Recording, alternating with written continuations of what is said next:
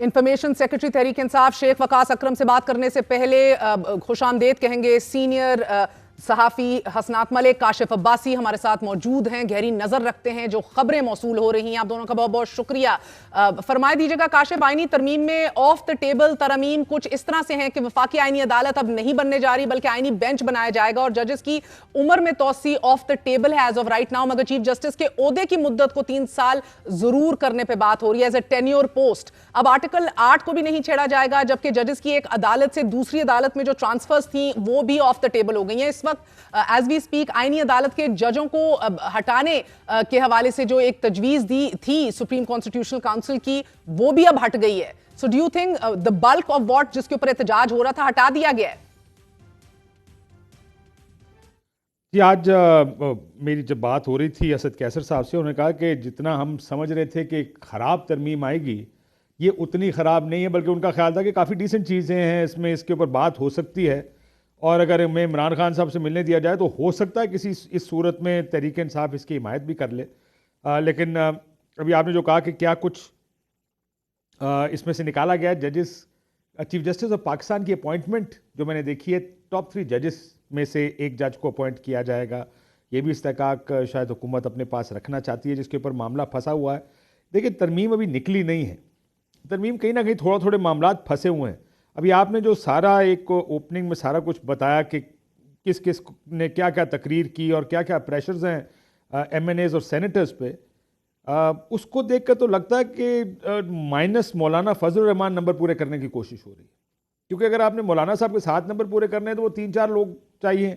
यहाँ JUIF के लोग भी, उनको भी धमकियाँ मिल रही हैं। इमल वली खान ने आज तकरीर की, अख्तर जान मेंगल वज़ारा सेनेट की साइड है, तहरीक इंसाफ के लोग हैं, बहुत से लोग हैं जिन जो ये इस तरह की कंप्लेन कर रहे हैं।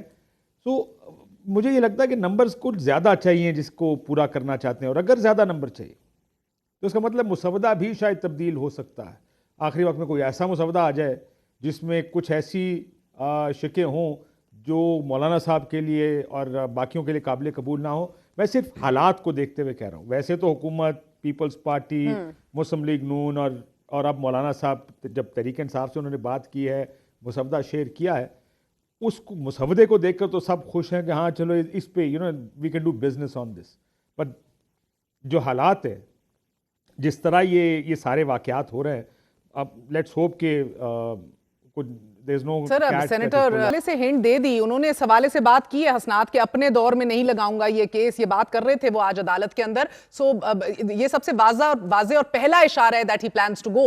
मगर काशिफ मुझे ये बताइएगा कि जिस तरह अब हम देखते हैं कि चीफ ऑफ आर्मी स्टाफ को वजारत दिफा की तरफ से उनके उस पोस्ट के लिए एक भेजी गई एक पैनल में से मुंतखब किया जाता है, जो आखिरी मुतवक्किल तरमीम है ऑन द टेबल वो जजेस तैनाती के लिए मौजूदा पार्लिमानी कमेटी और जुडिशल कमीशन को जम करने की भी है, and then they will choose from the panel given. मगर एक बात वाज़ेह है कि जो तरमीम लाई जा रही हैं वो चाहे वफाकी आईनी अदालत ना भी बनाए जाने के ऊपर इत्तफाक हो गया हो, मगर फिर भी सुप्रीम कोर्ट ऑफ पाकिस्तान की पावर्स को ये डिमिनिश तो जरूर करेंगी।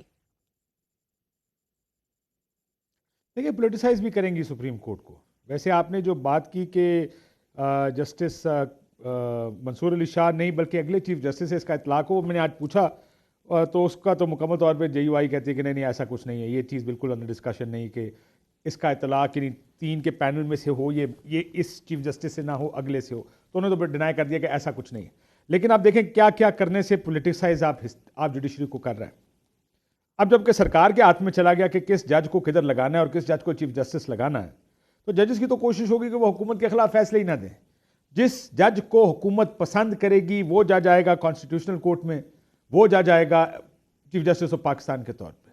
जो जजेस अगर हुकूमत के खिलाफ फैसले करेगा, या वो लेट से अगर हम उसको उस वक्त ये कहा जाए कि अमूमन सरकार ही होती है जिसके खिलाफ केसेस सबसे ज़्यादा सुप्रीम कोर्ट में जाया करते हैं, तो अब आप वो रास्ता खोल रहे हैं जिसमें सरकार, हुकूमत जो भी हुकूमत वक्त होगी वो जजेस के साथ लॉबिंग करेगी, अपनी मर्जी के जजेस को ऊपर लाया जाएगा, अपने मर्जी के जजेस को कॉन्स्टिट्यूशनल कोर्ट में लाया जाएगा। हम सब मानते हैं। देखें कि जो 2 कमिटीज को जम किया जा रहा है, सर जो जम भी किया जा रहा है, कीप इन माइंड कि उसके अंदर वजीर कानून, अटॉर्नी जनरल, बार का भी बंदा, साबिक जज, दो एमएनएस, दो सेनेटर्स, और अगर जुडिशरी की साइड से अगर जुडिशरी मुनकसिम हुई, डिवाइडेड हुई जिस तरह के आज है, so that will be a easy walk over for the executive.